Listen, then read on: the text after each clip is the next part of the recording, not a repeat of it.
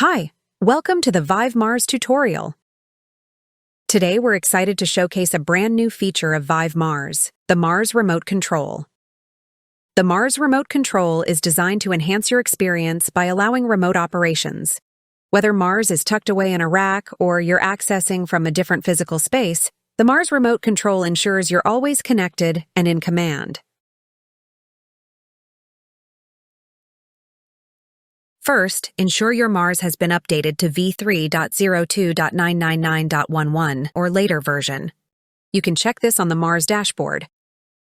Next, you'll need the Mars IP address.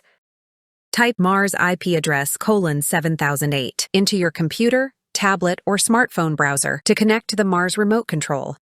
Your device must be on the same network as Mars to connect successfully. Let's explore the key features of Mars Remote Control. You can check the status of rovers, base stations, timecode, and genlock, the same information you see on the Mars dashboard.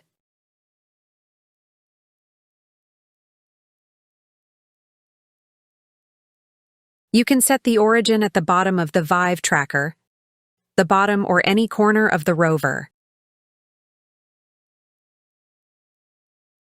You may adjust the FPS to 24, 30, or 60 according to your needs. You can easily reinitialize your tracking space at the touch of a button after adjusting the base stations.